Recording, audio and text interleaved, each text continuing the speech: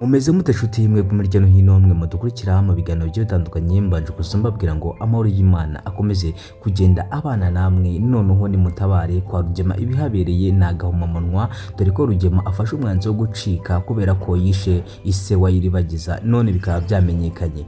Polisi yavuze ko igiye kuza kumuhiga ariko Rugema ahise abyumva vuba ahise apakira byihuse ahita agenda ariko mu kugenda Mukanambara ahise amubwira ati ugiye kudushinja icyaha bitewe n'ibyaha wakoze dore ko nuramuka ugiye icyaha uraba wacyemeye kuko natwe tuba tujyana ntabwo tubyemera kuva hano hano ubanza uburane kandi abizi ko utazigera ugira ikibazo. Amagambo rero yatunguye benshi dore ko Mukanambara yikanze we na Fabiola akavuga ati ese Fabiola noneho turajya hehe baratuvumbuye karabaye noneho dore ibyo twigize noneho birarangiye.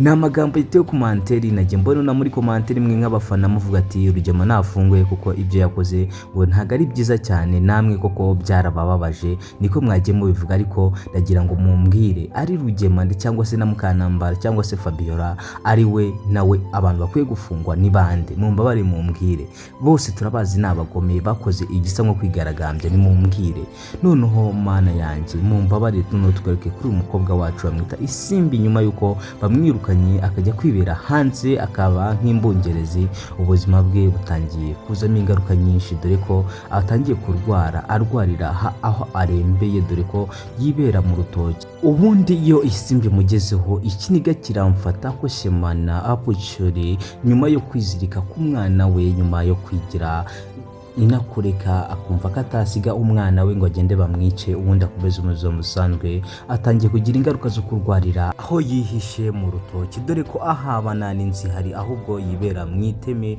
ry'ikinani gusa ahubwo ubuzima bwakomeje kumwangira nyuma yuko Rugema amubwiye ati mvira ahangaha umwana n'imbuto amuzanye ngo tumusubize cyusa cyangwa se tumufate tujye kumwica birangire kuko ngo sinatunga amaraso ya cyusa nyuma y'ibyo yankoreye ntabwo mukeneye ahangaha. Ubuzima bukomeje kumugora cyane dore ko atangiye kurwara bitewe n'uko ibyo yakoze bitangiye kumugiraho ingaruka. Ako Shemana twamugiraga ishyamba tuvuga ati ni umwana mubi ariko ubu ngubu disi nangiye kumukunda bitewe n'uko ibyo akora bifite imvamutima ndetse bifite amagambo meza. Nyemera nkubwire ko ngubu rero Isimbi arwaye bikomeye nyuma yuko avuye iwabo kwa Rugema aho arwariye kugezana n'ubu ntawe uramugera ngo amubwire ati umeze ute ntawe nuza aho aherereye ahubwo asaba Imana ko yakomeza kumukiza. Reka nkubwire ngo noneho dushimira Imana dore ko Emile nawe amaze kuba yakanguka ndetse arikorerwa gake gake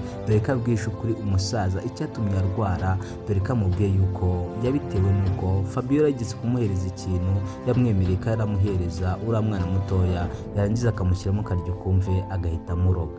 Ibintu rero byakomeje kugarukwaho na benshi biterwa ku materi n'imbuga nkoranyambaga zigiye zitandukanye hano mu Rwanda ndetse bigarukwaho n'imbuga nkoranyambaga nyinshi nagiye mbona mugena mu bigaruka nyine nk'abafana twagiye kutubona ku manteri zanyu muvuga ati Emile uzakira humura tukuri inyuma ndetse wowe na Anita wawe mugomba kubana ubuziraherezo.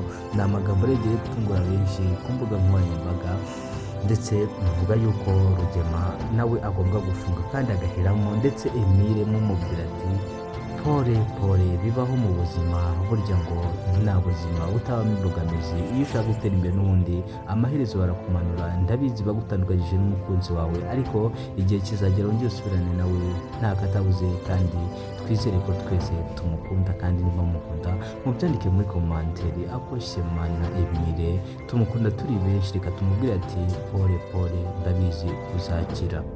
Rero Emile bakimara gukanguka yese abaza papa aramubwira ati papa narwaye kuva ryari ese ahangaha nagejejwe n'iki ko ngemeruka ko nari nicaye.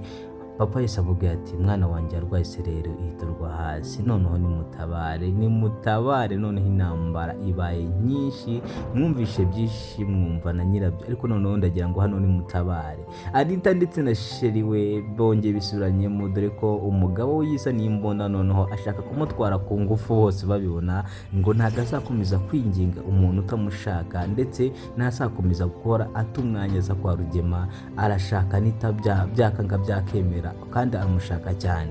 Ni amagambo yakomeje gutungura benshi, aravuga ati uru si urukundo ahubwo harimo n'agahato, dore ko uyu musore yamaze kuba yaza agatunga imbunda Anita akavuga ati mbabarira ntabwo nzongera, ariko umusore akavuga ati njyewe naturutse imahanga nje kukureba. Se ubundi uwo Emile mukundana ninde?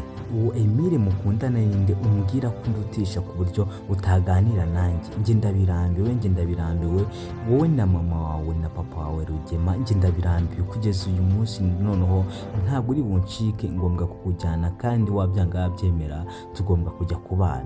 Ni ibintu rero byatunguye benshi, byibazwaho n'abantu benshi baravuga ati noneho umusore yajaje ntari busiga Anita. Ese ibi bintu benshi babyibaje baravuga ati se uwo bita Emile arabizi? Emile arabizi? Emile abimenye noneho byaba intambara, byaba urucabana, dore ko ari amagambo yagiye atungura benshi bibaza ko Emile yaba abizi, ariko uko tubizi neza Emile arirwariye, ibingibi ntabyo azi, ntabwo azi ko sheri we bari kumukiniraho gutya. Iyo aza kuba abizi yakabaye ahita aza agatabara umukunzi we, ntabwo byakageza ahangaha.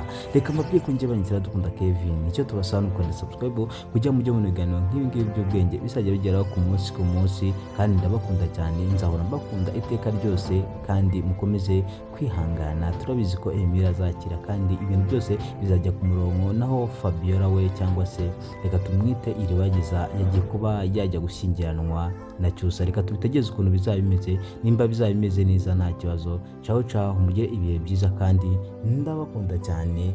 Ibihe byiza, amahoro y'Imana akomeze kugenda abana namwe, ndabakunda cyane. Ciao, amahoro y'Imana abane namwe.